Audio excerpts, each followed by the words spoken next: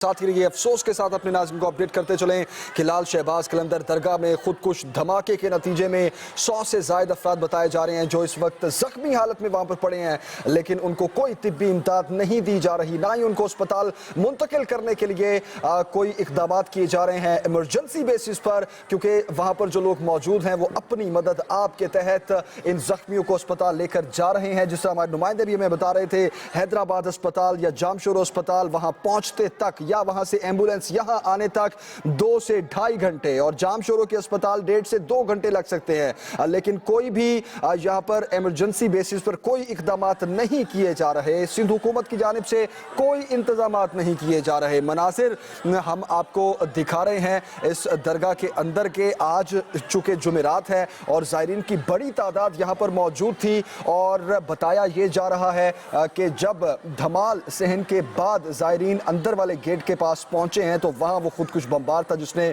खुद को उड़ाया। अब्दुल्ला, आप बताइएगा, ये चीज कंफर्म की है पुलिस ने खुदकुश बमबार थे, धमाका किस नौयत का था?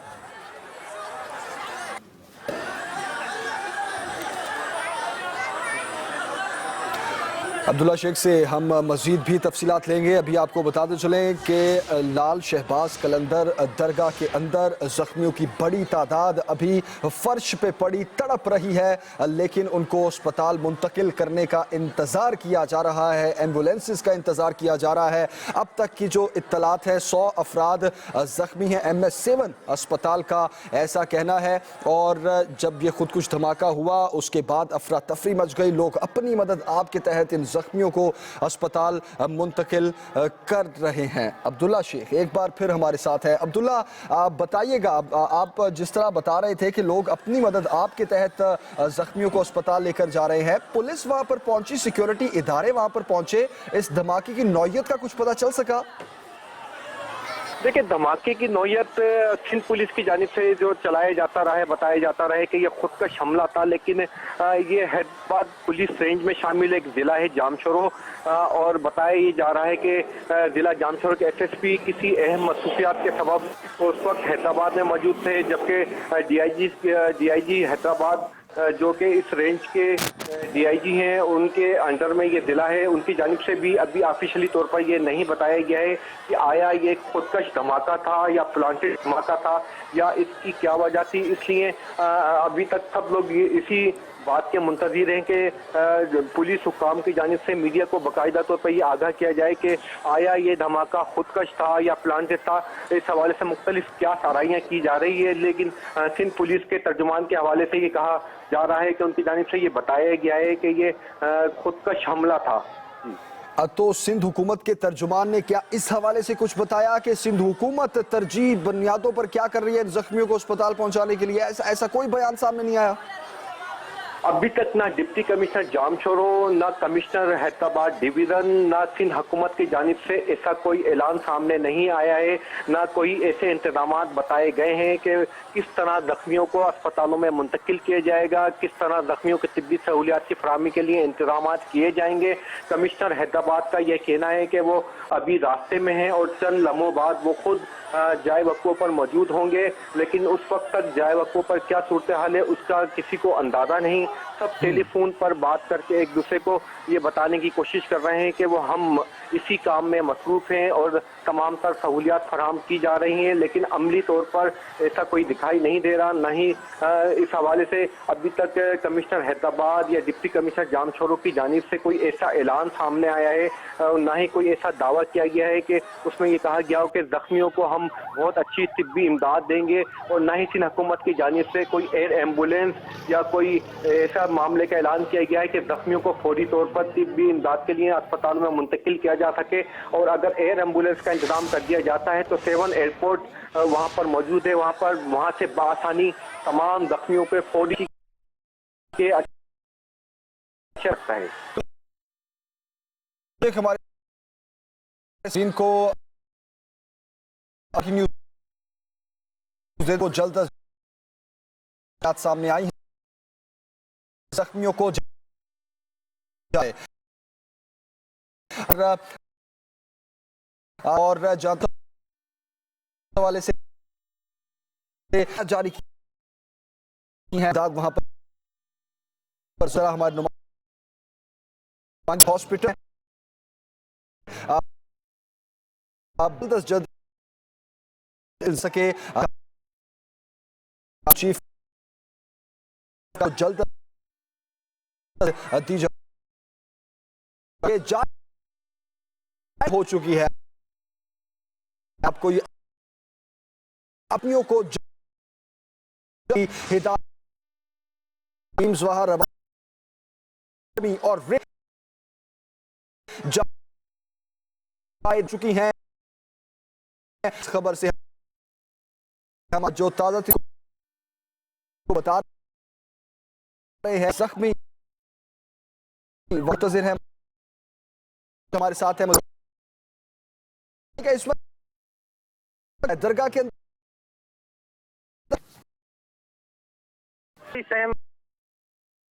को जख्मी मौजूद है अभी लाठियों के तक तो क्लियर नहीं जो भी पानी से नहीं पहुंच रक्षा के नहीं हुए तो वो चीज पता जा रहे हैं अभी नहीं है जो उनमें मोबाइल हैं लेकिन जैसे नामी कुछ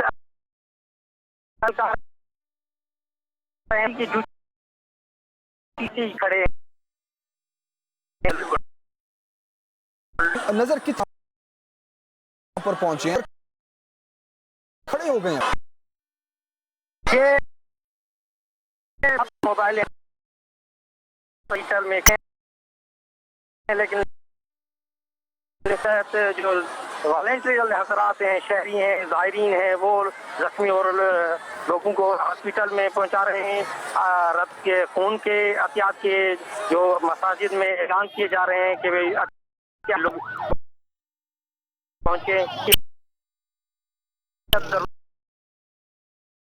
लेकिन वो भी कम कर रहे हैं 3 या फॉर्मल जा रहे हैं जी मुझे बता अभी तक तो बात हुई तो सिर्फ जो है नौकर में है वो रहे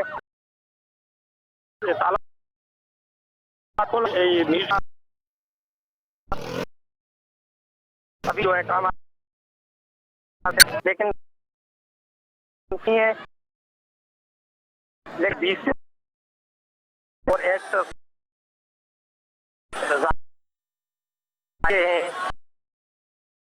कुछ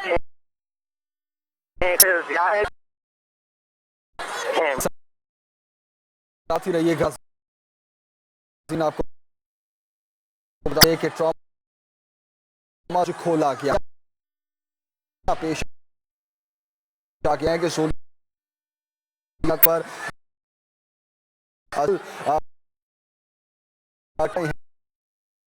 है और इस मोबाइल वो सिर्फ पहुंचे हैं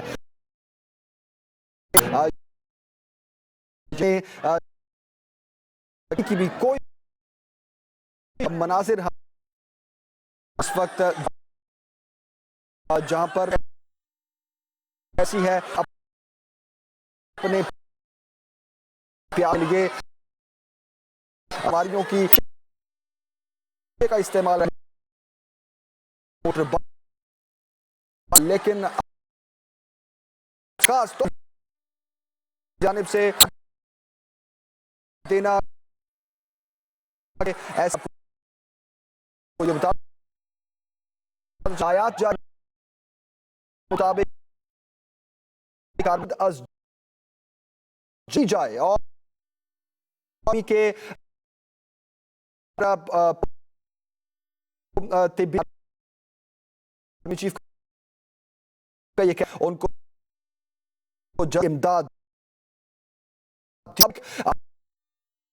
इमदाद के लिए लाल शेख अफसोस बता रहे हैं कि आज जब बड़ी तादाद में ज़ायरीन वहाँ पर मौजूद थे इस दरगाह में, जुमेरात को ज़ायरीन की बड़ी तादाद यहाँ पर मौजूद होती है, उसी दौरान ये धमाका हुआ। अफसोस से कहना पड़ रहा है कि जख्मी मौजूद इमदाद देने रहा है। ट्रॉमा सेंटर को रहे हैं कि इस सबको बता दो वज़ीर आला का ये खूबसूरत जरूरत है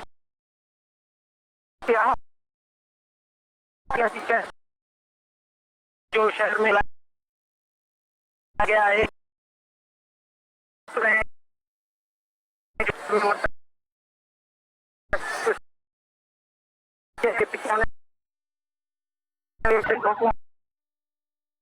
कर रही है जो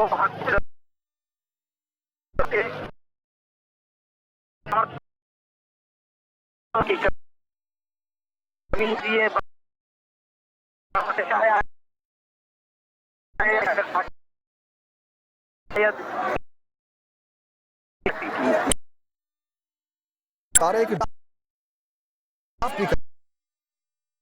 मैं वापस अगर भी जाए सूरत हाँ डॉक्टर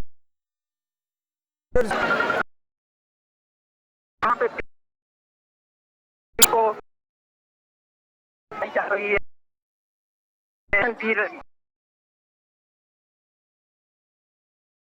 नहीं है पड़ी है जो है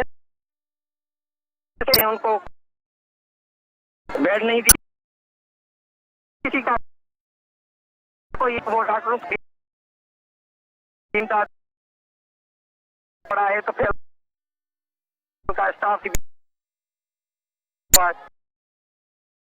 वैसे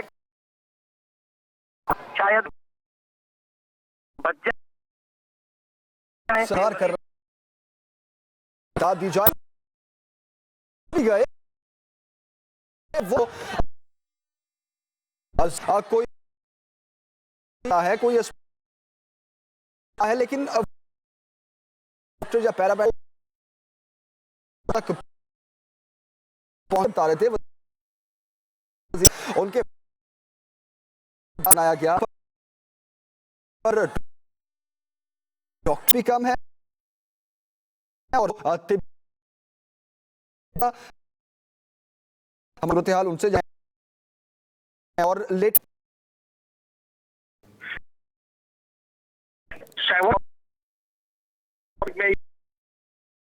ये भी इमदादी कामों में रुकावट का सबब बनेगा कि इस वक्त 7 की जो शान जुनैद खानज़ादा से हम जानेंगे कि उनके पास ताज़ा तरीन क्या अपडेट्स हैं और वहाँ पे इमदाद तकिल करने खातिर का आर्मी चीफ जारी किया है तिब्बी इमदाद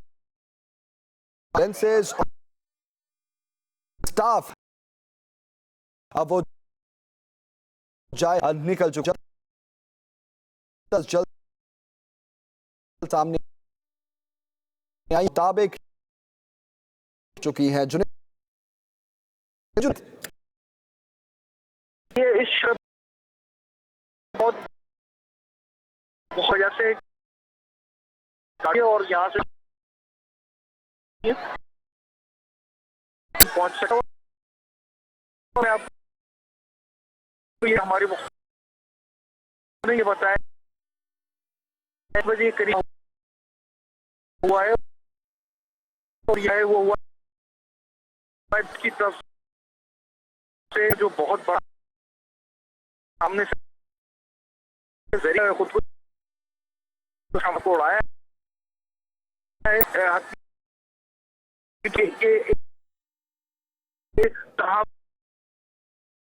जो कासिम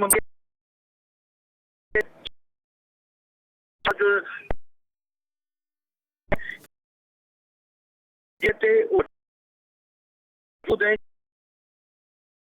ताकि उसका फैंसी कहाँ से कहा है कि जिसकी वजह जरिए उसके जाहिरी शदीद तरीन गिर गए थे और ये बात ठीक है, वजीर से बात करते नाक लेकिन कि उनको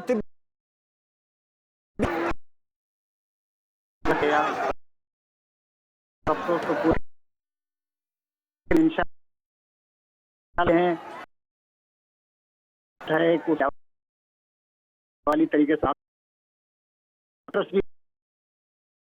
समूह की सीरियस इंजरी के लिए अस्पताल है नवाब शाह कर दी गई है पर इश्तिहार है इस्लामी की। अच्छा, आप बता रहे हैं कि इंतजामात पूरे हम कर रहे हैं, मुझे ये बताइए कि जख्मी कितने हैं, डेथ टोल कितना है, आप तक क्या इंफॉर्मेशन आई है? मेरे पास सरकारी तरीके से डेथ टोल की अभी तक कोई इंफॉर्मेशन नहीं है। 50 से 40 के लिए जख्मी इतना बड़ा डेफिनेट नंबर नहीं, बहुत नुकसान का हो जाए तो अभी तक हम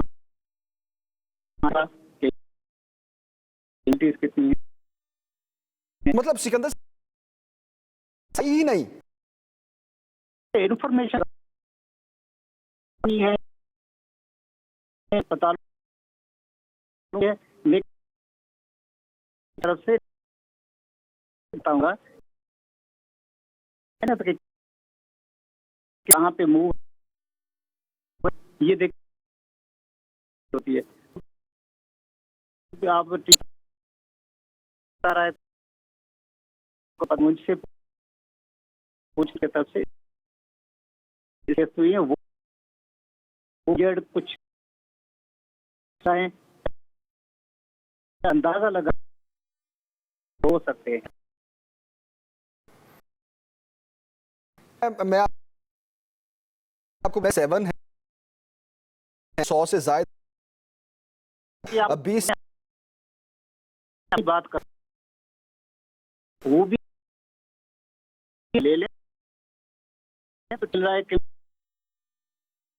किसी इमरजेंसी की बात है, आप जिससे जो भी मालूम हो आप उसके हवाले से अच्छा चले सिकंदर साहब, मुझे ये बता दीजिए लोग अपनी मदद आपके तहत अपने प्यारों को वहां पर अस्पताल मुंतकिल करने के लिए तड़पते रहे हैं, जख्मी वहां पर फर्श पर तड़पते रहे हैं, लेकिन हमारे नुमाइंदे वहां पर बता रहे हैं इस 7 अस्पताल की सूरत हाल। वो ये कहते हैं डॉक्टर्स नहीं है वहां पर, पैरामेडिकल स्टाफ नहीं है, सहूलियात का फुकदान है, और आप ये कह रहे हैं कि हम इंतजाम अभी कर रहे हैं। आप देखें अपने नुमाइंदे के, भले अपने नुमाइंदे के हवाले से आप बयान दे दें, कौम को बता दें, लेकिन मैं एज ए रिस्पॉन्सिबल आदमी जो रिस्पॉन्सिबल जिस चीज़ का लिए हूँ उसके जो अल्फाज है वो मैं आपके अल्फाज नहीं अपने मुंह से निकाल सकता ना, ये इसके लिए मैं माजरत करता हूँ। नहीं सिकंदर साहब मेरी बात सुनिए, बहुत शुक्रिया आपका कि आप हमें ये बता रहे थे, सिर्फ इतना बताया आपने कि इंतजामात किए जा रहे हैं और हमने इमरजेंसी नाफिज कर दी है। चलें कुछ तो हमें इंफॉर्मेशन आई सिंध हुकूमत की जानिब से, वजीर से सिंध ने हमें ये बताया। नाज़रीन आपको बताते चलें, सिकंदर मेहदो साहब ने हमें ये कहा कि हम इंतजामात कर रहे हैं। उनसे जब पूछा गया इंफॉर्मेशन क्या आपके पास, कितने जख्मी हैं, कितनी कैजुअलिटीज हैं, उन्होंने ये कहा हमें नहीं पता। MS क्या कह रहे हैं, शायद सिकंदर साहब आपको ये भी नहीं पता अस्पताल की क्या सूरत हाल है, शायद आपको ये भी नहीं पता आपने इंतजामात क्या करने हैं। हमें शक है कि शायद आपको वो भी नहीं पता, क्योंकि हम आपको ये इंफॉर्मेशन देते चले कि 30 से ज्यादा अफराद शहीद हो चुके हैं। हमारे नुमाइंदगान वहां से हमें लम्हा ब लम्हा अपडेट कर रहे हैं, जख्मियों की सूरत हाल हवाले से बता रहे हैं, कितने लोग वहां पर शहीद हो चुके हैं ये बता रहे हैं। हम आपको बता देते हैं डेथ टोल क्या है। 30 से ज्यादा अफराद शहीद हो चुके हैं, 100 से ज्यादा जख्मी हैं जो अस्पताल में इस चीज का इंतजार कर रहे हैं कि हमें तिब्बी इमदाद दे दी जाए, लेकिन डॉक्टर्स नजर नहीं आ रहे, पैरामेडिकल स्टाफ नजर नहीं आ रहा। वजीर आला मुराद अली शाह का ये हल्का है, उनके बाप के नाम पर यह अस्पताल बनाया गया, ट्रॉमा सेंटर भी है वहां पर, लेकिन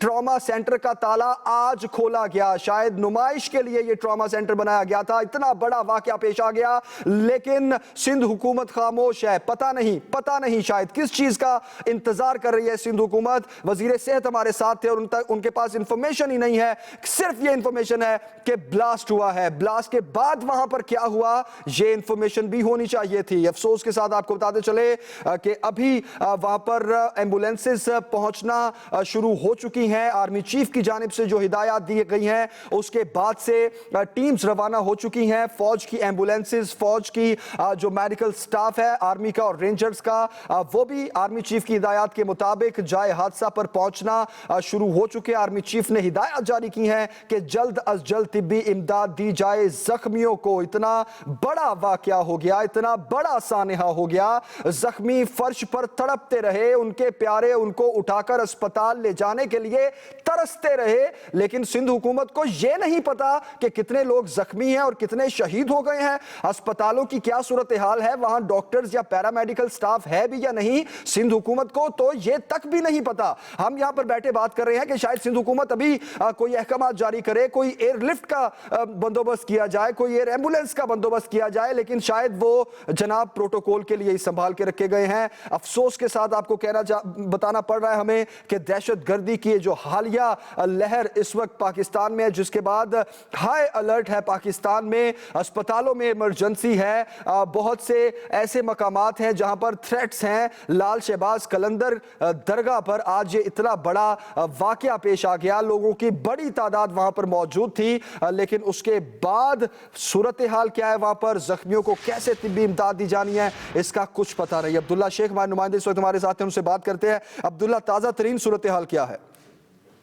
ताज़ा तरीन सूरत वही है जो कि हमारे सेवन के नुमाइंदे नजर पवन ने बताई है कि लोग परेशान हैं, जख्मियों के जो रिश्तेदार और अजीज और कारीब हैं वो परेशान है कि किस तरह उनको तिब्बी सहूलियात फराम की जाएंगी।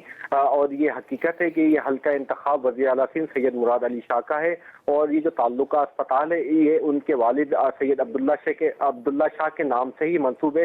लेकिन बदकिस्मती है कि वज़ीर आला के हल्का इंतखाब होने के बावजूद इस अस्पताल में वो तमाम सहूलियात फराम नहीं की गई जो कि किसी भी बड़े अस्पताल में मौजूद होनी चाहिए। एक खूबसूरत इमारत जरूर है, लेकिन वहाँ पर तिब्बी इमदाद के हवाले से कोई इंतजाम नहीं, जिसकी वजह से अभी भी लोग परेशान हैं, उनके अजीज व अकारब परेशान हैं। और कुछ लोगों ने अपनी मदद आपके तहत गाड़ियों में अपने मरीजों को लेकर जामशोरो हैदराबाद की तरफ रवाना हुए हैं। इसी तरह एम्बुलेंसों के जरिए भी कुछ लोग मुंतकिल किए जा रहे हैं। जब वो पहुंचेंगे तो बताया जा रहा है कि जामशोरो अस्पताल और सिविल अस्पताल हैदराबाद में उनकी इलाज मुआवजे के हवाले से तमाम इंतजाम मुकम्मिल हैं। जी अच्छा अब्दुल्ला, लेकिन मुझे ये बताइए कि अभी जख्मी और कितनी बड़ी तादाद में दरगाह में मौजूद हैं जो ये इंतजार कर रहे हैं कि एम्बुलेंसेज आए या तिब्बी इमदाद उनको दी जाए या अस्पताल मुंतकिल किया जाए?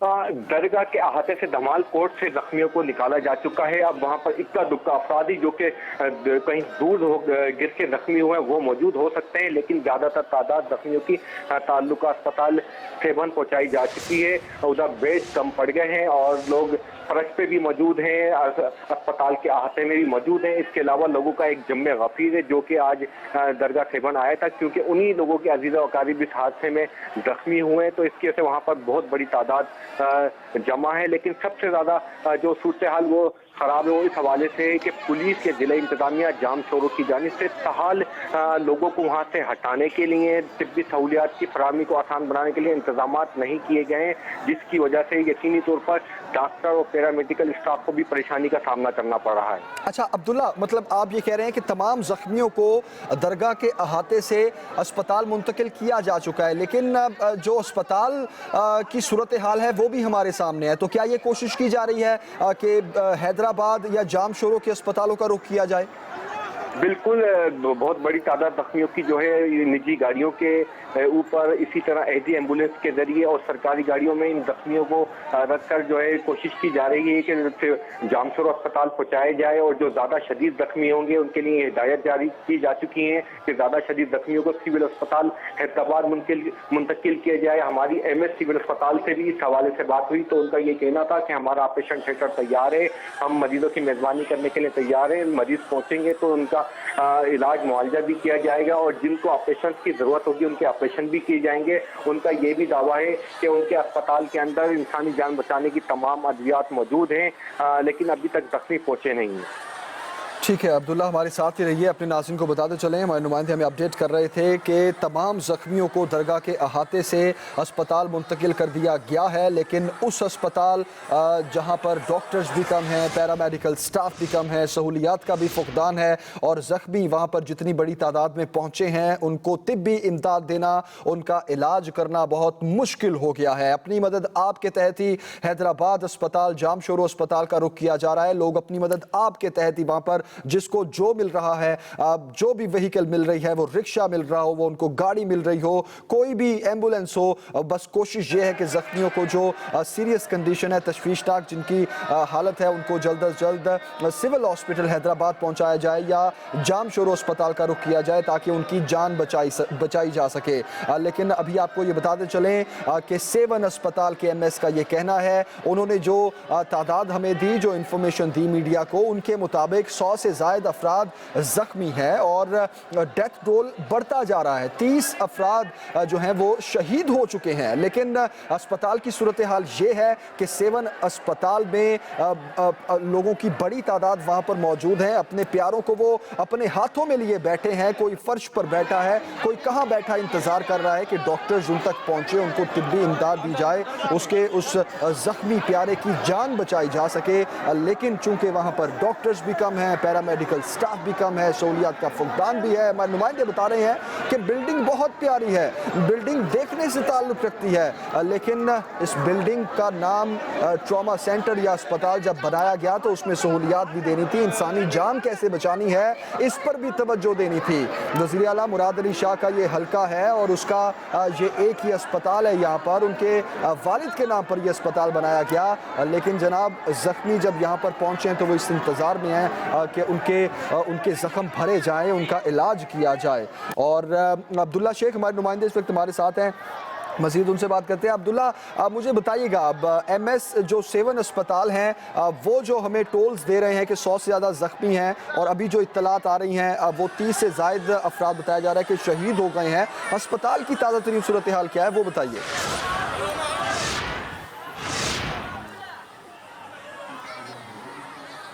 अब्दुल्ला शेख से हम जानेंगे कि अस्पताल की इस वक्त ताज़ा सूरत हाल क्या है, क्योंकि जिस तरह वो हमें बता रहे थे कि दरगाह का अहाता जो है वहाँ से तकरीबन तमाम ज़ख्मियों को अस्पताल मुंतकिल किया जा चुका है और वहाँ पर इंतज़ार इस चीज़ का किया गया कि एम्बुलेंसेज या तिब्बी इमदाद के लिए कोई रेस्क्यू टीम्स वहाँ पर पहुँचे, लेकिन उससे पहले ही लोग अपनी मदद आपके तहत इन लोगों ने 7 अस्पताल का रुख किया और बड़ी तादाद में वहाँ पर ज़ख्मी मौजूद हैं जो इस चीज़ का इंतज़ार कर रहे हैं कि उनको तिब्बी इमदाद दी जाए, लेकिन ऐसा मुमकिन नजर नहीं आ रहा। हमारे नुमाइंदे बता रहे थे कि हैदराबाद और जामशोरो अस्पतालों का भी रुख किया जा रहा है, लेकिन हैदराबाद का सिविल हॉस्पिटल 2 से 2.5 घंटे की ड्राइव पर है, जामशोरो का अस्पताल तकरीबन 1.5 से 2 घंटे की ड्राइव पर है। और इतनी लंबी ड्राइव पर है, इतना ज्यादा फासला है और इसके बावजूद कोई वहां पर कोई एम्बुलेंसेज भी नहीं है कि उनको फौरन से अस्पताल पहुंचाया जा सके। जिसको जो मिल रहा है, जिसको जो वहां पर व्हीकल नजर आ रही है, वो बस यही चाह रहा है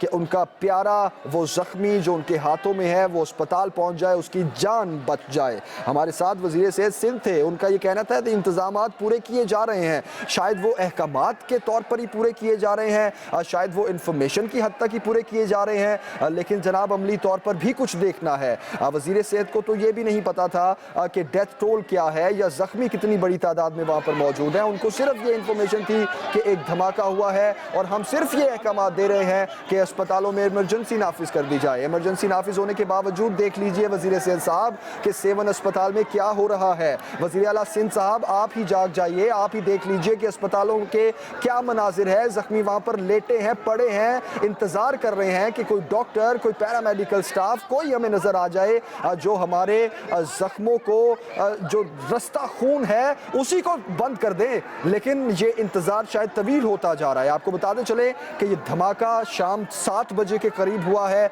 1.5 घंटा गुजर चुका है और 1.5 घंटे में लोग अपनी मदद आपके तहत इन जख्मियों को सिर्फ अस्पताल लेकर जा सके हैं। उसके अलावा जो एम्बुलेंसेज वहां पर मौजूद थी, उस हॉस्पिटल की भी या ईदी एम्बुलेंसेज भी थी, उनकी कोशिश यही थी कि इन जख्मियों को जल्द से जल्द अस्पताल मुंतकिल किया जाए। अस्पताल तो मुंतकिल कर दिया गया, लेकिन सेवन अस्पताल की सूरत हाल ये है कि जख्मी अब भी वहां पर इंतजार कर रहे हैं कि उनको तिब्बी इमदाद दी जाए। अब वो जख्मी जो वहां पर आए तशवीशनाक हालत में थे या जिनके प्यारे तड़प रहे थे, उन्होंने रुख किया है हैदराबाद और जामशोरो अस्पताल का। लेकिन अपने नाज़रीन को यह भी बताते चले कि सिविल हॉस्पिटल हैदराबाद यहां से सेवन से 2 से 2.5 घंटे की ड्राइव पर है। जामशोरो अस्पताल 1.5 से 2 घंटे की ड्राइव पर है। और इतने घंटे की ड्राइव, इतना तवील फासला है, बेहतर यही होता कि शायद उन हॉस्पिटल से फौरन से फोन कॉल्स आती वहां पर सिंध हुकूमत की जानिब से और एम्बुलेंसेज जल्द अज जल्द यहाँ पर इन जख्मियों को तिब्बी इमदाद देने के लिए पहुंचते। लेकिन वो लोग खुद ये कोशिश कर रहे हैं कि इन अस्पताल पहुंचे, हमारी जान बचाई जा सके।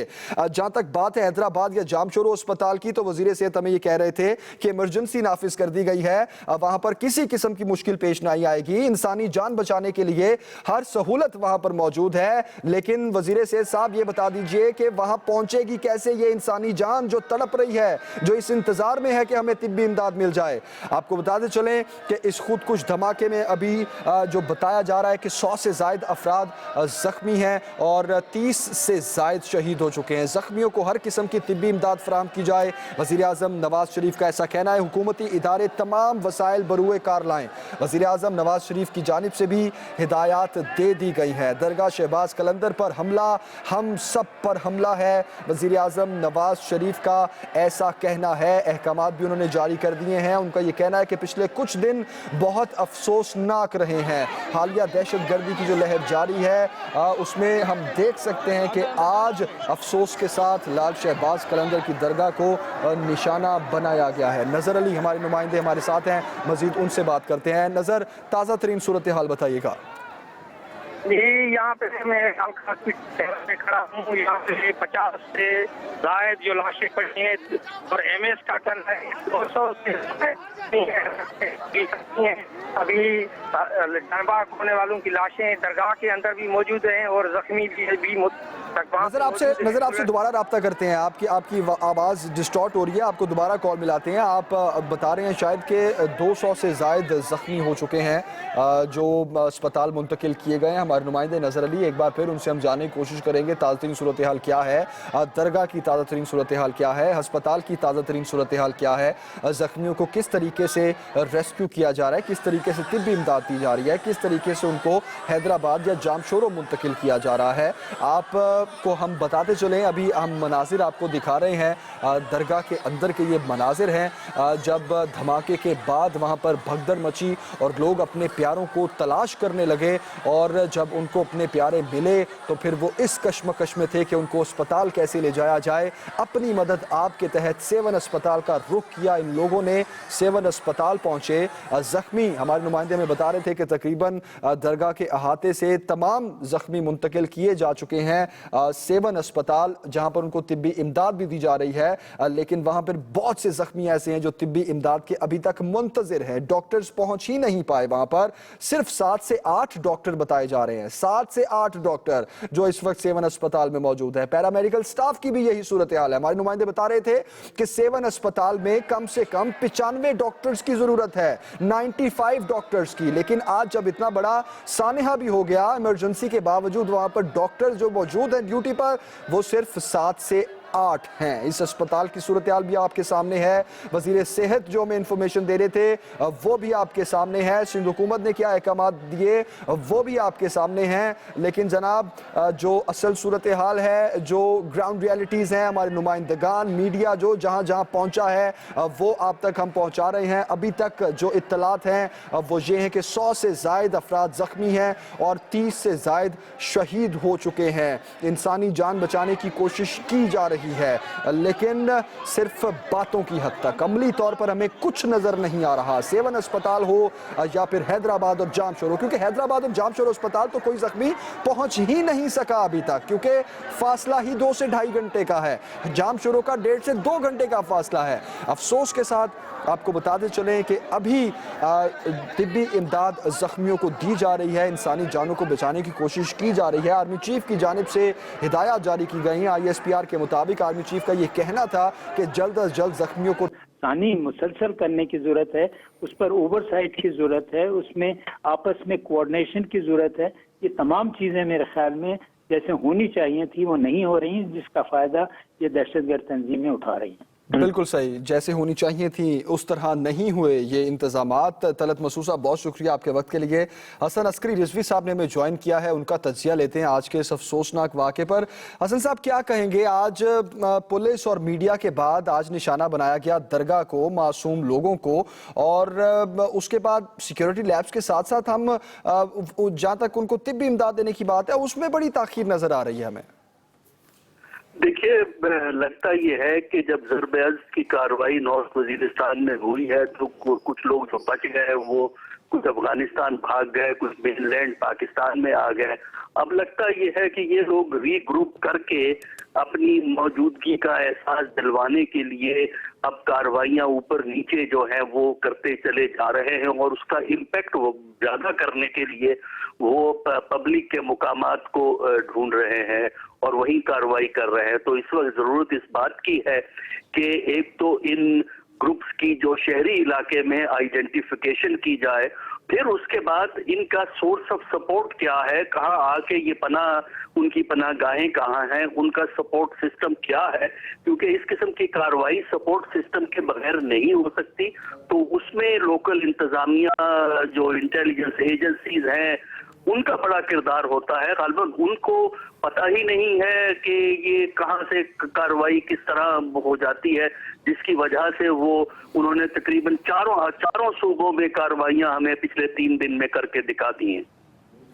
अब हसन साहब, इसका मतलब है कि वो तासुर जो हमें दिखाई दे रहा था कि शायद कमर टूट चुकी है इन दहशत गर्दों की, वो बिल्कुल गलत साबित हुआ। जहाँ तक हमारी पॉलिटिकल इंतज़ामिया की बात है, हमारे सिंध हुकूमत को देख लीजिए। आज के मैं वाक़े पर आपसे सवाल करना ये चाह रहा हूँ कि इतना बड़ा वाक़या हो गया और हम कोशिश कर रहे हैं कि सिंध हुकूमत की जानिब से हमें कोई जवाब मिल जाए। आपके ख्याल में अगर प्रायोरिटीज़ चेंज हो गई लेकिन इतना बड़ा वाक़या हुआ, उसके बाद तो हुकूमत को जागना चाहिए ना?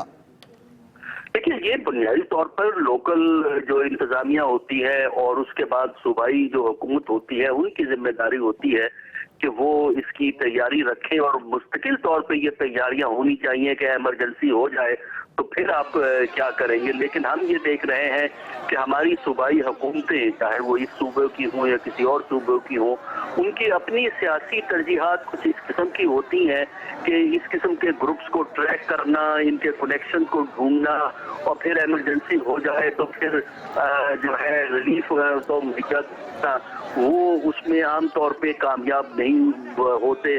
सिर्फ ये है कि बयानबाजी जरूर होती है कि अफसोस का इजहार, मजम्मत का इजहार, लेकिन ये बातें तो हम पता नहीं कब से सुन रहे हैं, जब से इस मुल्क में टेररिज्म आम हुआ है। असल बात ये है कि आप इन टेररिस्टों के रूट्स को चेक करें, इनके सपोर्ट सिस्टम को, नेटवर्किंग होती है, आखिर कौन लोग हैं, ये किस तरह आके यहाँ शहरों में ये छुपे हुए हैं। तो ये तो लोकल इंतजामिया और इंटेलिजेंस को अगर नहीं पता है तो ये उनकी नालायकी। बिल्कुल सही कह रहे हैं आप। और हसन साहब, जहाँ तक हालिया दहशतगर्दी की लहर की बात है तो इसमें आपके ख्याल में क्या मुहर्रकात हो सकते हैं दहशतगर्द तंजीमों की तरफ से, या क्या अज़ाइम हो सकते हैं इनके? देखिए, मुहर्रकात तो एक तो ये है कि ये दिखाना चाहते हैं कि हम दोबारा जिंदा हो गए हैं। उनसे उस जमाने से की निस्बत कमजोर तो जरूर हो गए हैं, लेकिन ये है कि रीग्रुप करने में उन्हें कामयाबी हुई है। लेकिन आप एक चीज देखिएगा कि अब ये वाकयात को एक तवील अरसा तक जारी नहीं रख सकते। कुछ ये फेज आएगी, अब ये चंद दिन की फेज होगी, उसके बाद ये मामला रुक जाएगा, फिर वो दोबारा अपने आप को रीग्रुप करके इस किस्म की कार्रवाई करेंगे। तो मेरा ख्याल ये है कि अब जो इनके खिलाफ कार्रवाई की जरूरत है वो अर्बन इलाकों में या गांव इलाके जो हैं, शहरों में जहां जहां आपको ख्याल है कि इस किस्म की तंजीमें मौजूद हैं, वहां कार्रवाई की जरूरत है। ट्राइबल एरिया के अंदर तो वहां आपको एक स्टेटस को मेंटेन करना है, यानी उनको निकाल दिया है, अब उसकी ये देखना है कि वो वापस ना आए। लेकिन शहरों में जो आके अगर छुप गए हैं तो हमें ये ट्रैक करना है कि ये कहाँ छुपे हैं, कौन इनको सपोर्ट कर रहा है। तो ये काम जो है ये एक एडिशनल रिस्पॉन्सिबिलिटी है। इसमें बुनियादी काम जो है वो मुकामी इंतजामिया और सूबाई हुकूमत का है कि जब तक वो इस हिस्से में एफिशिएंट नहीं होंगे। दूसरा ये है कि इस किस्म के वाकयात के लिए इमरजेंसी अरेंजमेंट्स हमेशा 100% आपको रखने चाहिए, क्योंकि पता नहीं लगता कब किस वक्त, जिस तरह आज 7 शरीफ में हुआ, उसके अलावा बलूचिस्तान में आवरान में भी एक वाकया आज हुआ है। तो ये वाकयात किसी वक्त भी हो जाते हैं। तो अब सिंध में जो वाकया हुआ है, 7 शरीफ में मेडिकल सपोर्ट का पहुंचाना, लोगों को वहां से निकाल के अस्पताल तक पहुंचाना, ये इंतजामिया और हुकूमत की जिम्मेदारी होती है। लेकिन वहां भी हम देख रहे हैं कि प्राइवेट जो गाड़ियां हैं या वो जो एम्बुलेंसेज हैं वो बेचारी भाग दौड़ कर रही हैं। ठीक है असर अस्करी साहब, बहुत शुक्रिया आपके वक्त के लिए, आपके तज्जिए के लिए। अभी बात करते हैं राहत लतीफ़ साहब ने हमें ज्वाइन किया है, उनका तज्जिया लेते हैं आज के इस वाक़े पर। राहत लतीफ़ साहब, बात ये हो रही है हालिया दहशतगर्दी की जो एक लहर हम देख रहे हैं पिछले 4-5 दिनों से, आज का वाक़या 7 शरीफ में लाल शहबाज कलंदर के इस दरगाह को निशाना बनाया गया। नेशनल एक्शन प्लान पर सही और पूरे तरीके से अमल ना होना, ये कितनी वजह हो सकती है इन सारे वाक़यात में? देखिए जी, बात यह है कि जो आपने फरमाया है नेशनल एक्शन प्लान, ये बनाई इसलिए गई थी ताकि दहशतगर्दी को रोका जा सके और ख़त्म किया जा सके। आप याद रखिए कि हम ये कंप्लेसेंट हैं लोग, हम हैं जो कि डे टू डे बेसिस के ऊपर काम करने वाली कौम बन चुकी है, खासकर हमारी हुकूमत। और ये अगर डे टू डे बेसिस पे काम करेंगे और अपना मफाद देखेंगे, मुल्की मफाद नहीं देखेंगे, तो यही होगा कि अभी देखिए कि नेशनल एक्शन प्लान कहाँ पर पड़ी हुई है।